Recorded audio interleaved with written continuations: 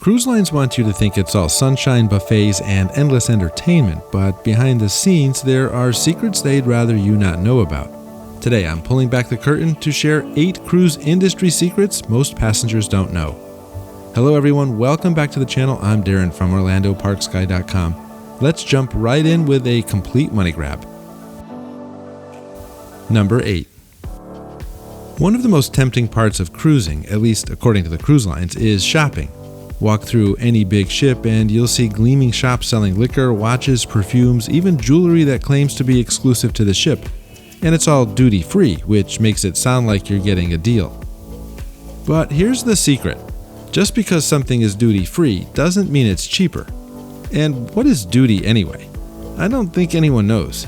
I like to stop at the duty-free shop. I like to stop at the duty-free shop. According to Google, the term duty-free simply means you're not paying certain import taxes. But what the cruise lines don't highlight is that they often inflate the base prices before giving you a so-called discount. So yes, you're skipping taxes, but you're often still paying more than you would at home. I've compared prices myself. A bottle of liquor in the ship's duty-free shop might run you $25, but go to Costco or your local store back home and the exact same bottle could be $19. The same goes for watches, sunglasses, and perfume. Those exclusive cruise deals are often nothing more than marketing smoke and mirrors. And here's why. You're a captive audience. I talk about this in my Disney World and Universal Orlando videos too, with $6 bottles of water. The ship knows you can't just run down the street and shop around. You're on vacation, you're in a good mood, and spending money feels easier when it doesn't feel real, because let's face it, everything goes on your cruise card. Cruise lines love this because onboard shopping is a huge source of revenue. They want you to believe you're walking away with luxury bargains. But in reality, you're often paying for the experience of shopping at sea, not an actual discount.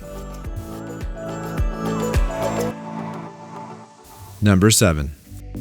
There's nothing more indulgent than booking a massage while staring out at the ocean. The spa is designed to feel like the ultimate escape, a quiet, calming space away from the busy pool deck.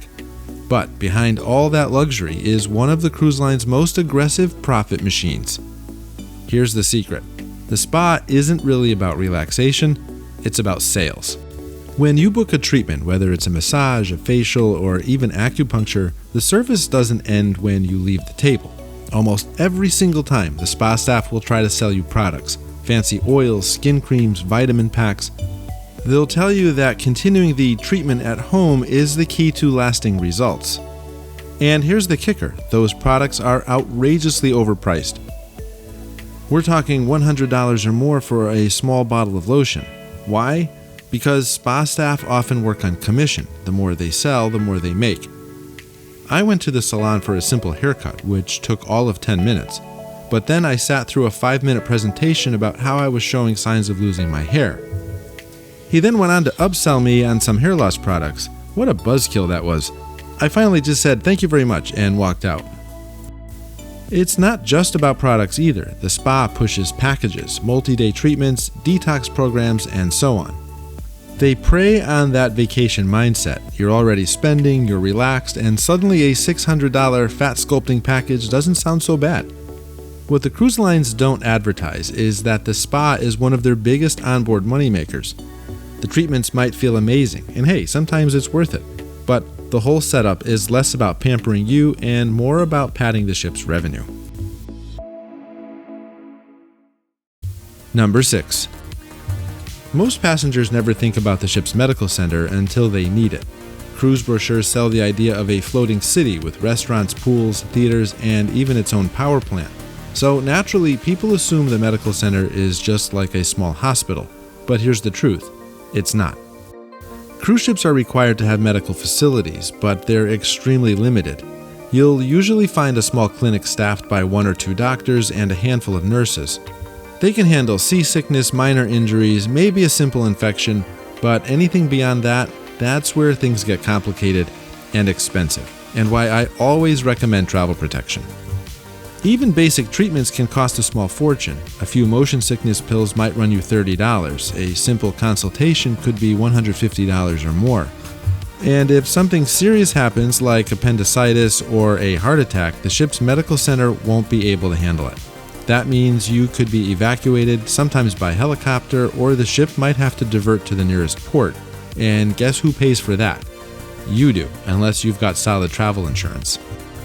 The secret here is that cruise lines don't want to advertise these limitations because it undermines the illusion of a self-contained floating city. But the reality is, when it comes to healthcare at sea, you're much more vulnerable than you'd be on land. Number 5. Few things feel better than getting an email offering you a discounted upgrade or hearing at check-in that you've been moved to a better cabin. It feels like winning the lottery, but here's what the cruise line doesn't tell you. Not all upgrades are equal. Sometimes an upgrade can actually be worse. You might get moved from an inside cabin to an ocean view, but end up directly under the nightclub. Or you might score a balcony, but it's at the very back of the ship where the engines make things noisy and a little shaky. Here's the behind-the-scenes trick. Cruise lines often overbook lower category cabins. When that happens, they upgrade people to make room. Sounds generous, right? But the cruise line benefits twice. Not only do they solve their overbooking problem, but they can also turn around and resell the cheaper cabins you vacated. So while upgrades can be great, they're not always in your best interest. Sometimes the cabin you originally chose because of its location or its layout was actually the better option. Number 4. If you've cruised before, you know gratuities are a big part of the cost. Cruise lines usually add them automatically, with the option to remove them if you go to guest services. That makes it feel like gratuities are optional, but here's the secret: they're really not. The cruise industry relies on gratuities to pay crew wages. Many crew members earn very low base pay, with the expectation that tips will make up the difference. By making gratuities optional, cruise lines can advertise lower fares up front, making the cruise look cheaper than it really is. Here's the tough part. If you remove those gratuities, you're not hurting the cruise line, you're hurting the crew. The people cleaning your room, serving you dinner, or making your drinks are counting on that money. It's an uncomfortable truth, but cruise lines don't want to increase base pay because that would cut into their profit margins. So instead, they shift the responsibility to the passengers while still making gratuities seem like an add-on. Number 3.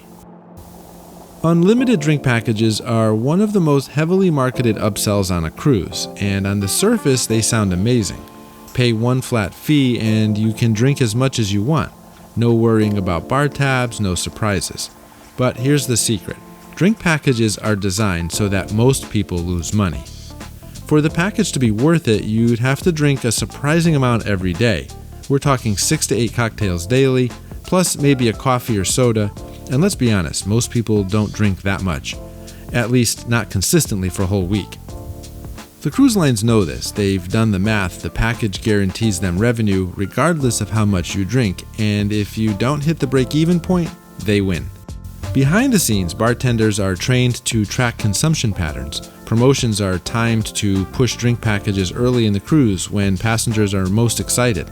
And once you've paid for it, you're locked in. You can't just cancel on day 3 when you realize you're not drinking enough to make it worthwhile. Number 2. One of the most exciting parts of a cruise is exploring new destinations, and cruise lines are more than happy to sell you excursions, guided tours, beach days, zipline adventures at every port. But here's the secret. Those excursions are often massively marked up. In most cases, the cruise line isn't even running the excursion. They're just contracting with local operators, the exact same ones you could book yourself online or when you arrive at the port. The difference is, when you book through the cruise line, you're paying a hefty premium, sometimes double. Why? Because the cruise line takes a big commission. And here's another trick. Cruise lines use fear to sell excursions. They warn passengers that if you book independently and your tour is late, the ship won't wait for you.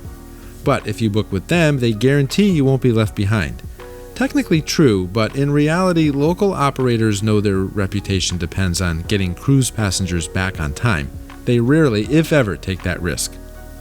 So while excursions can be fun, don't assume the cruise line's version is your only option. Number 1. Finally, we get to the biggest secret of all. Cruise lines love to market themselves as all-inclusive vacations, one price, and everything is covered. But if you've ever cruised, you know that's not true.